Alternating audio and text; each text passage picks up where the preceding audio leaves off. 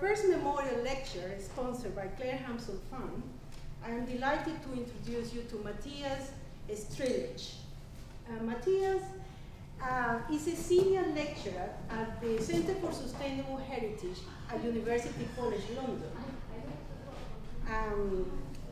He's a teacher and he's a researcher. He has published very widely on a whole range of topics. For example, on degradation of iron gall inks, on non-destructive analysis of paper or parchment, and other materials in cultural heritage. So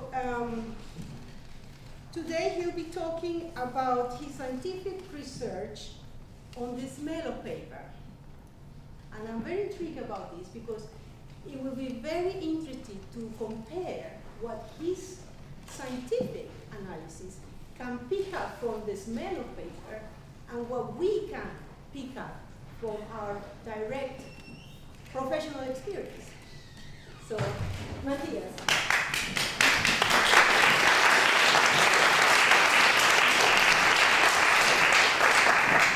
Thank you very much, Amelia. I'm really humbled by this invitation to present to you tonight. It is a real pleasure to give the first Claire Hampson Memorial Lecture. I hope you enjoy the lecture, and I hope the audience on these walls will enjoy the lecture as well. I feel a lot of peer pressure here. I've been trained as a chemist in Slovenia. I've also been trained as a conservator, and in a small subalpine country, I'm still an unaccredited paper conservator.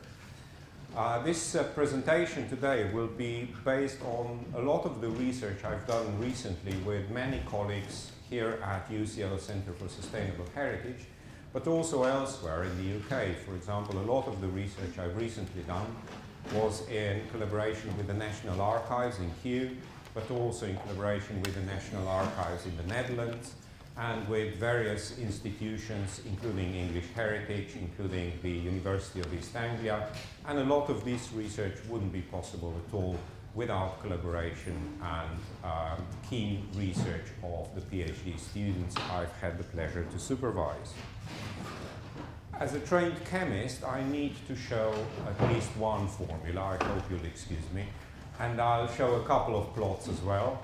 And as we stroll through the recent paper conservation research, I hope you'll find this presentation of interest and intriguing.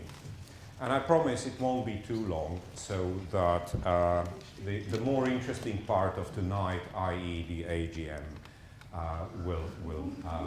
you'll be able to attend to very quickly.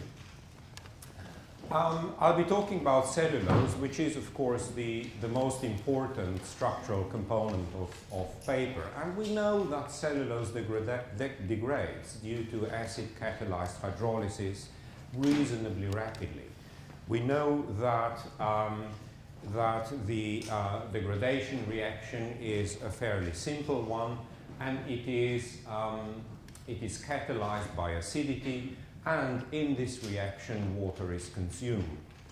So based on this very simple description of what goes on during degradation of historic paper, one could very quickly assume that higher relative humidity as well as temperature affect this reaction, affect the reaction processes, and promote degradation of historic paper.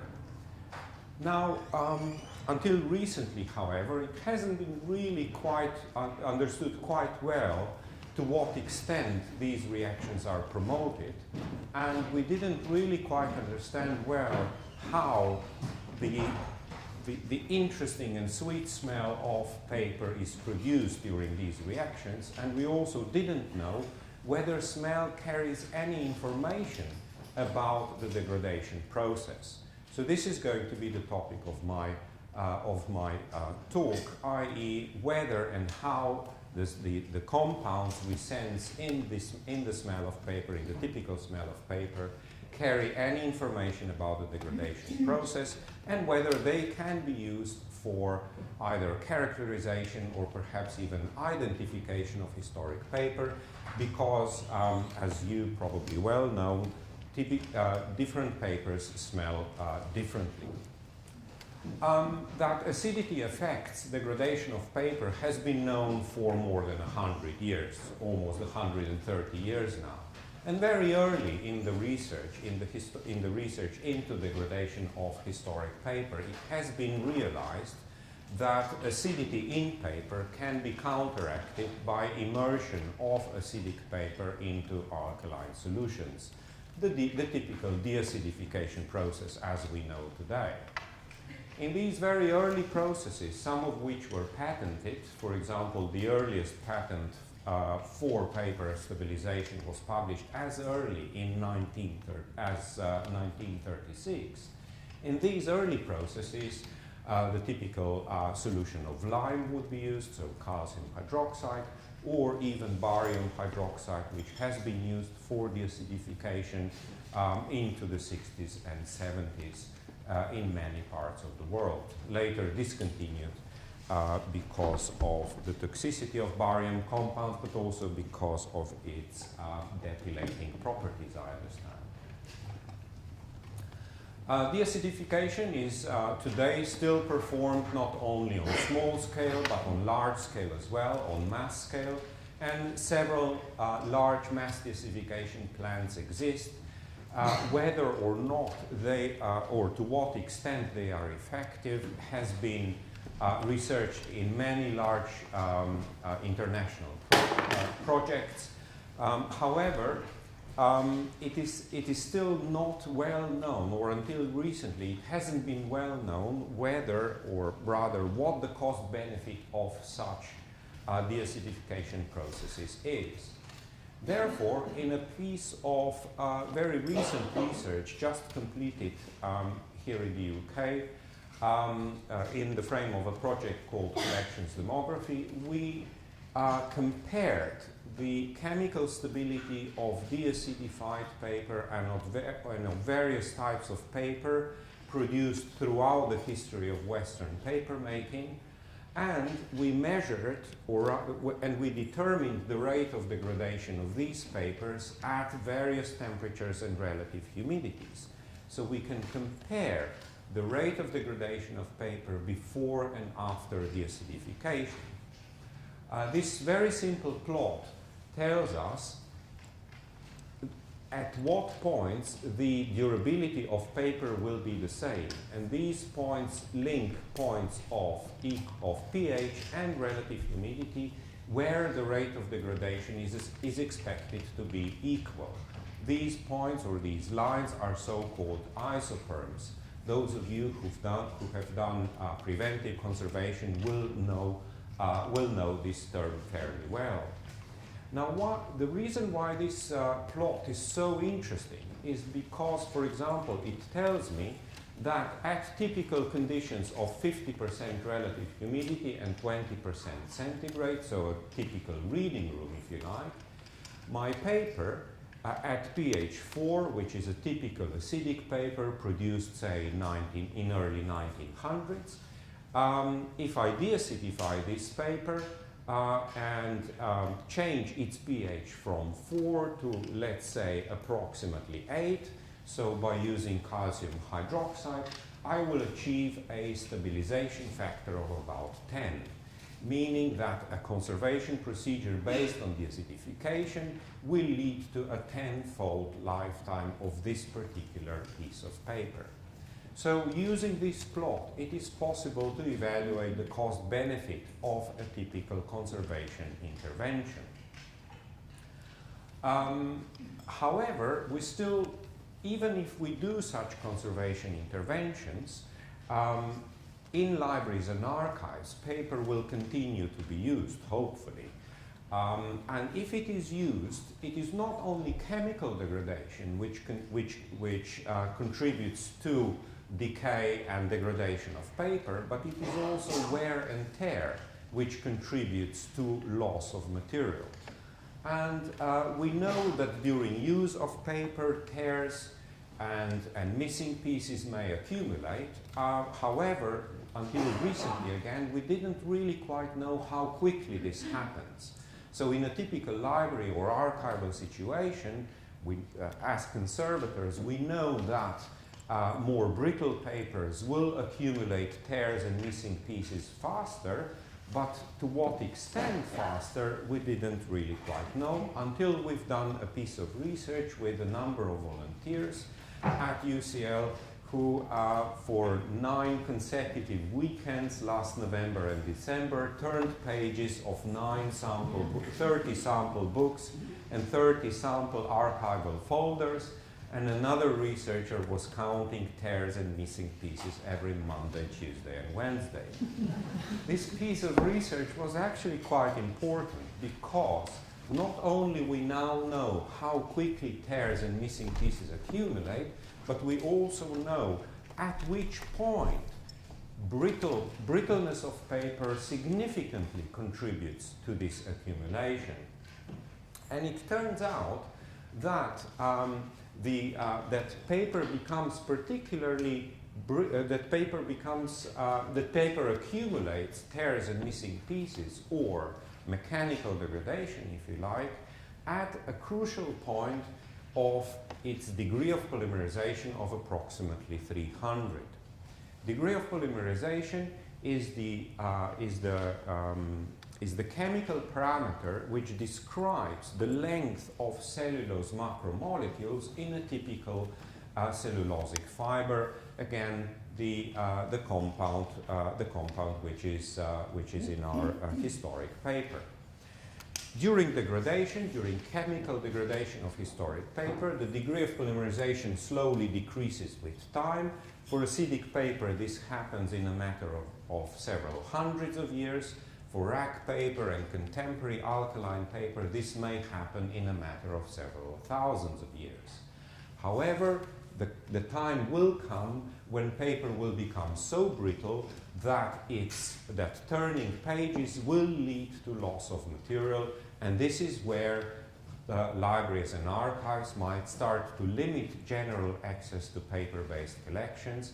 This is the point in time when the brittleness of paper is so high that its degree of polymerization so low that the risk of information loss can be considered to be too high. In other words, such materials can become unfit for general use or unfit for use by the general public. Quite exactly when that happens, we did not know until recently. Conservators and expert users might have expert opinions, but we thought it might be useful to ask visitors to historic libraries as well. Is there a point in time when they consider documents no longer to be fit for use? Are they really worried about tears? Are they worried about color change?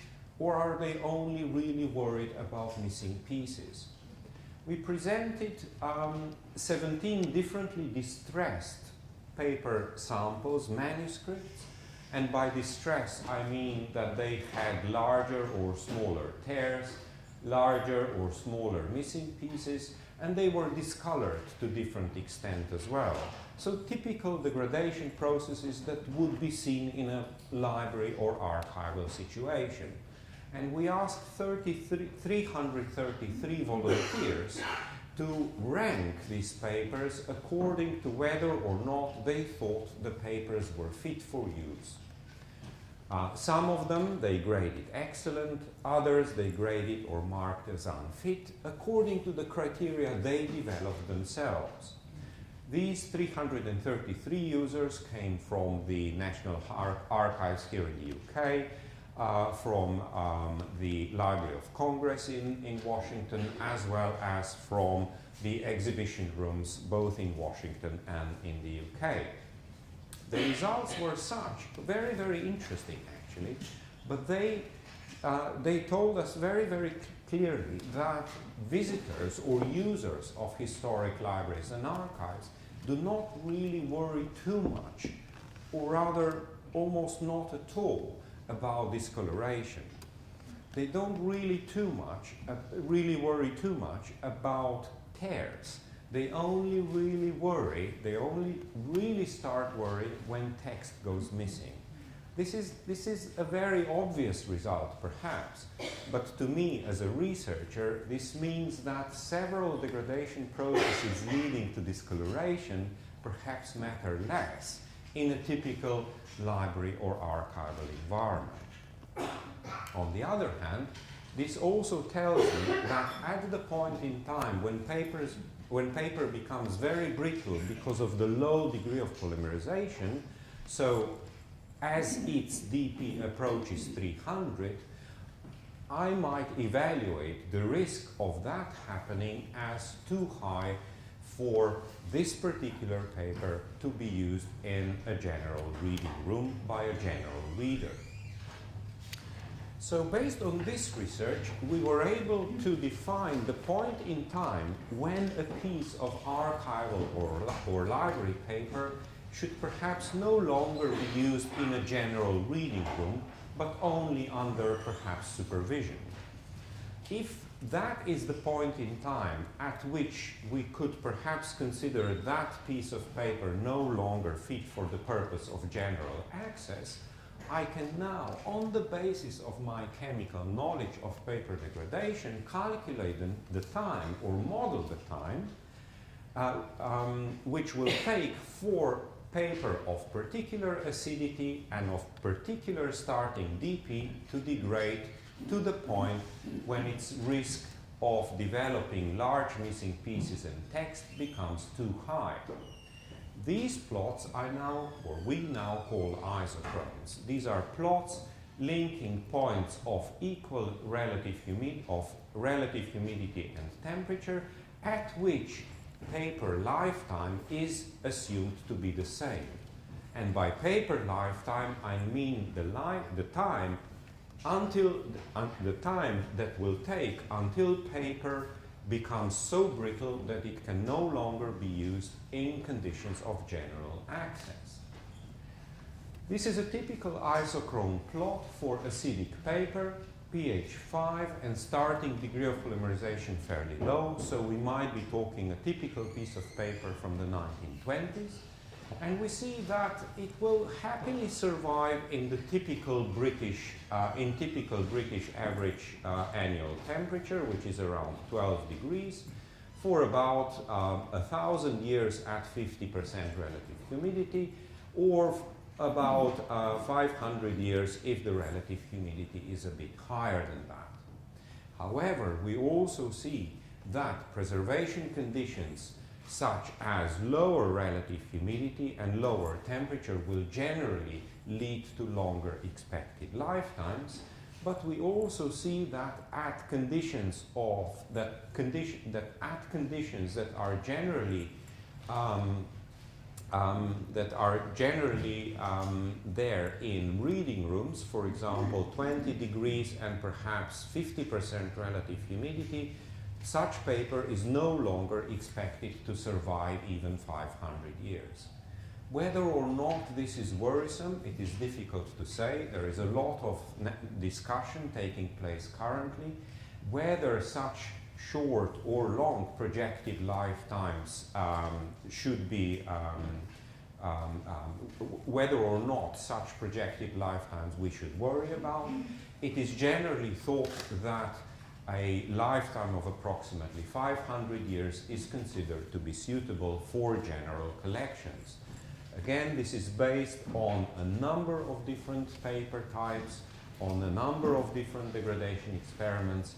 More than 90 have been reviewed as published in the literature in the last 30 or 40 years. This plot changes a lot as we look at other paper types. This is a typical rack paper. The pH is neutral. We know that rack paper has a pH of approximately 6.5 to 7.5 typically, and this is a very, very typical degree of polymerization for rack paper today, so about 1500. And we see that the plot suddenly starts looking very, very green, which is good news, because we see that even in a reading room, such very historical paper will easily survive perhaps 1,000 years more. So in suitable storage and reading room conditions, rack paper, so historic paper produced before 1850, will easily survive another millennium. So perhaps when assessing storage and display conditions for such paper, caring about relative humidity and temperature is perhaps less of an issue. Unless, of course, which is often the case, iron gall ink was used on such paper, in which case the isochrone plot, as discussed before, for acidic paper might be of more use.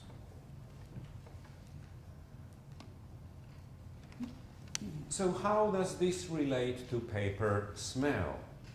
We know that during degradation, particularly rapid degradation of acidic paper, paper produces the typical library smell. And very, very recently, when at UCL Center for Sustainable Heritage, we were asked to assess the conditions in this beautiful historic library in St. Paul's, in the St. Paul's Cathedral. This is the Wren Library. The brief, as drafted by the cathedral architect, said whatever environmental conditions you propose, please retain the library smell because it is part of the visitor experience. It was considered to be very, very important that whatever we propose, the smell should remain. At which point I started thinking, so even if paper degrades, it is the consequence of paper degradation that we like so much when visiting a historic library. And if paper is to degrade very, very fast in the future, then perhaps even in the 51st century, some of this smell will remain. So I hope you will take this as a proof that paper will survive into the 51st century and that its smell will continue to be enjoyed. However, what does paper smell tell us? Can we use paper smell to develop a method, a diagnostic method, to establish whether or not paper degrades rapidly and is due to become really, really brittle very fast? The reason why we're interested in this question is because by sampling the smell of paper, by analyzing the smell of paper, we don't actually take any sample of the paper material itself. So we could ideally, by sniffing paper, we could have an ideal paper characterization method. Just like, for example, in breath analysis in medicine, where cancer can be diagnosticized on the basis of breath analysis. So when we started doing this research, we also became very, very acutely aware of how important paper smell is in the typical visitor experience. And looking at some of the literature published particularly by the advertising industry, where communication is so very important, including smell, I came across this really, really interesting plot. Humans apparently use the sense of sight approximately 60% of the time when communicating with the environment, whereas smell is already the second most important sense we use. We use the sense of smell 45% of the time. Perhaps not knowingly, but we do use it very, very often. Then, of course, the sense of hearing, the sense of touch, hopefully not used too much in heritage environments, and the sense of taste as well, hopefully used least, really. Although when I gave a public lecture a couple of years ago in Norwich and I spoke about acidic paper, there was a person in the first row tasting acidic paper to see whether it really had an acidic taste. The reason why smell is so incredibly important to humans is because it is very, very closely linked to emotions and memory. The sense of smell is very, very central to the human brain. This part of brain is called the lizard brain because it's such an old part of the brain. And because it is associated with memories, any pleasant memories that we associate with the sense of paper are really important to us. The sense of smell is also very, very interesting because scientific research has been made in various groups around the world, showing that older memory is apparently very, very good, and participants in some studies were able to remember almost 2/3 of all smells in such research for more than a year, which I find absolutely incredible because I can't remember a page I read a year ago. Scientifically, we analyze smells by using a technique called gas chromatography mass spectrometry.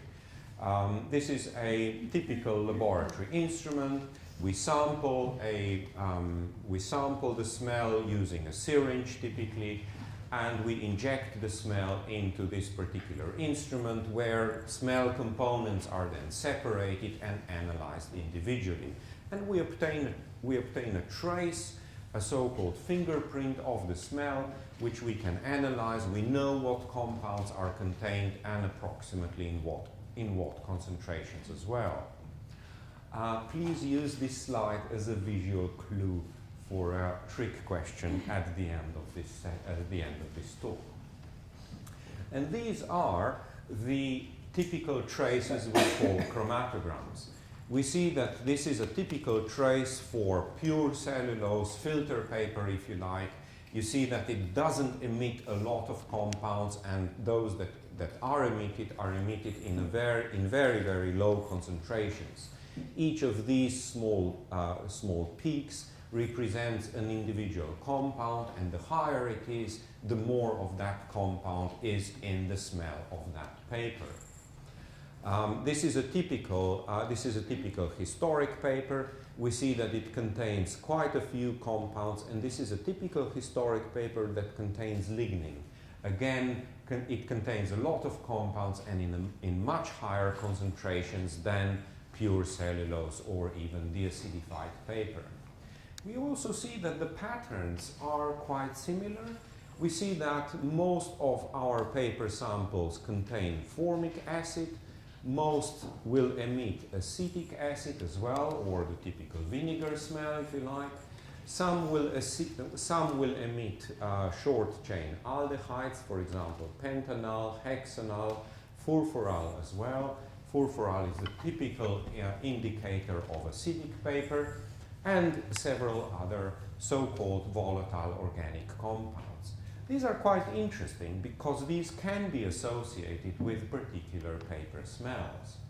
On the other hand, when we developed these traces for more than 75 different historic papers, we started to see very, very interesting patterns. We started to see that papers containing lignin, this nasty brown compound there, contain a few very, very clear markers for lignin degradation. These being butanol, hexanal, pentanal, and furfural, and acetic acid as well. So we were able to say that these compounds, if contained in the paper smell, clearly tell us about the presence of lignin in paper. So we might just have the tool to sniff out particular compounds in paper and identify whether these compounds are present.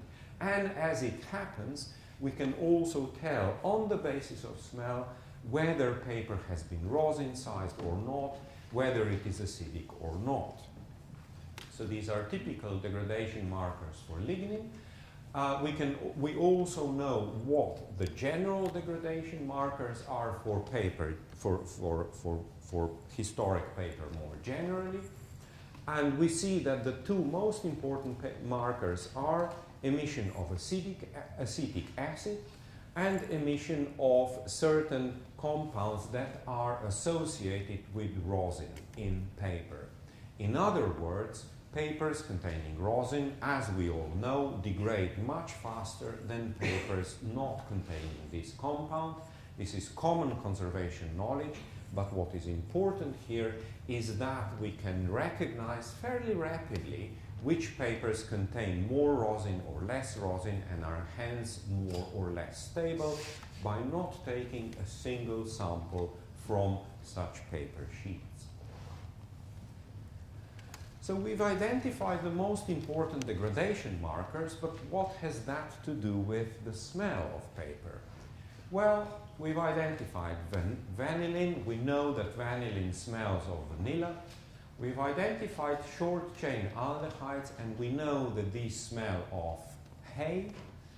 We've identified acetic acid, which of course smells of vinegar, and we've identified benzaldehyde, which smells of bitter almonds. In other words, this analysis, as a chemist, tells me that paper should smell something like this. And we know it doesn't. So this would be typical vanilla ice cream with toffee topping.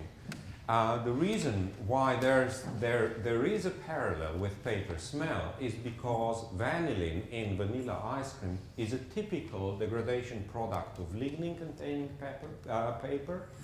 And the typical smell of fudge topping or toffee topping contains furfural, again a compound emitted by rapidly degrading acidic papers.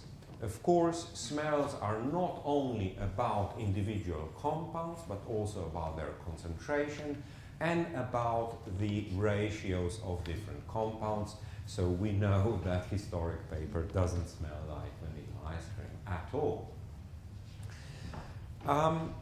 Another question that we were really interested in for a number of recent years was whether these volatile organic compounds contribute significantly to overall degradation of paper, and whether these volatile compounds compare with the effect of the better known traffic generated pollutants, for example, typically nitrogen oxides or perhaps other pollutants contained in a typical archival or library atmosphere.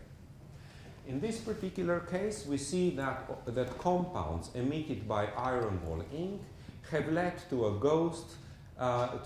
ghost inscription on the facing page, which you may have noticed similar phenomena in your daily work. This is not due to volatile organic compounds at all. This is due to the fact that iron gall ink emits another compound during its degradation, and that's hydrogen peroxide. And that has led to slight bleaching of the facing page. A very interesting chemical reaction. Happy to talk about that some other time. We know, however, and this is a typical case of a newspaper clip stored in a closed book for a very long period of time, and we see how the emission of volatile organic compounds, or the smelly components, has led to degradation of the facing page. Another phenomenon that we were interested in is so-called cross-infection. We see from examples such as this that one particularly unstable piece of paper can lead to more rapid degradation of another piece of paper, perhaps of better stability, stored in its vicinity. And this plot tells me in a number of different degradation experiments where we degraded, where we aged two types of paper, very pure cellulose in contact with groundwood, emitting a lot of volatile organic compounds. This plot tells me that the more groundwood I have in the vicinity of my pure paper, not unlike rack paper, for example, the faster my rack paper will degrade. this phenomenon we call cross-infection. So very, very unstable paper will affect the degradation of much more stable paper stored in its vicinity. Again, from everyday conservation work, we know that good quality boxes, for example, are really, really important in long-term storage. However, how important is this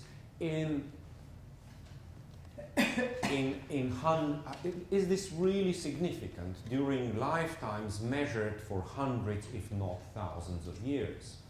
In a study done at the National Archives in Kew, we measured the concentrations of typical traffic-generated pollutants versus the pollutants, such as acetic acid, produced by paper itself. And we see here that the dark bars representing traffic-generated pollutants, typically ozone, nitrogen oxides, and sulfur dioxide, their concentration can be reasonably high outdoors, so just outside the repository in Kew. Their concentration then decreases indoors, except for the not particularly reactive nitrogen monoxide. And in archival boxes, we see that their concentration decreases even more. So archival boxes protect paper from outdoor-generated, traffic-generated pollutants, which is really good news. On the other hand, as we move from the external environment towards the repository and then into an archival box, the concentration of volatile organic compounds produced by paper itself increases quite dramatically. And we see that in an archival box where the concentration of outdoor-generated pollutants is very low, the concentration of volatile organic compounds, for example, acetic acid, is actually almost 10 times that of outdoor-generated pollutants. So we can measure this, but is this a worry? In the time frame of several hundred years, does this represent an issue? In her PhD, our recent graduate, Eva Maynard, did a very, very in-depth study of the effect of traffic-generated pollutants versus the effect of temperature and relative humidity versus the effect of acetic acid. So she was comparatively assessing the effect of pollutants versus normal storage at normal conditions, so room conditions. And these numbers represent critical values of pollutant concentration over a period of 500 years, looking at the threshold values where pollutant concentration contributes significantly to overall degradation. We see that these concentrations are actually extremely high. So it is only at these concentrations when, for example, nitrogen dioxide or acetic acid contributes significantly to the overall degradation. For comparison, typical concentrations of NO2 in the library or archival atmosphere are about 5 to 10 ppbs, so about 10 times lower than that. One could assume, on the basis of these data, that pollutants in typical indoor environments do not contribute significantly in the course of 500 years of a document. These values were calculated for two scenarios of use of historic paper. The first scenario being handling, where brittleness is important. The second scenario being display, where color is important. And we see that in several cases, some papers, for example, in this case, acidic paper does not survive the 500 years at all, so whether or not pollutants matter is difficult to assess. And alkaline paper, in this particular case, containing optical brighteners, discolors so fast that in 500 years its yellowness increases whether or not pollutants are present. So some background degradation phenomena are in certain cases much more important than pollution-induced degradation. On the other hand, this perhaps tells me that except in exceptional cases when pollutant concentration is very, very high, For example, in display cases where acetic acid may exceed these concentrations, pollutants are not that much of a worry over very, very long periods of time. And finally, now that we know what the typical paper smell contains, I've been able to produce a Kindle freshener with a typical paper smell. So in the digital era, when of course you will be reading books on a Kindle and no longer sensing the smell, the beautiful smell of old paper, you might want to buy one of these. Very, very interestingly, although obviously the use of electronic media and electronic books has increased in the recent years, the use of paper has increased as well. Actually, in the last decade, the use of paper has increased for 30%, so I don't think that as conservators will be out of our jobs very, very quickly. Thank you very much for your attention.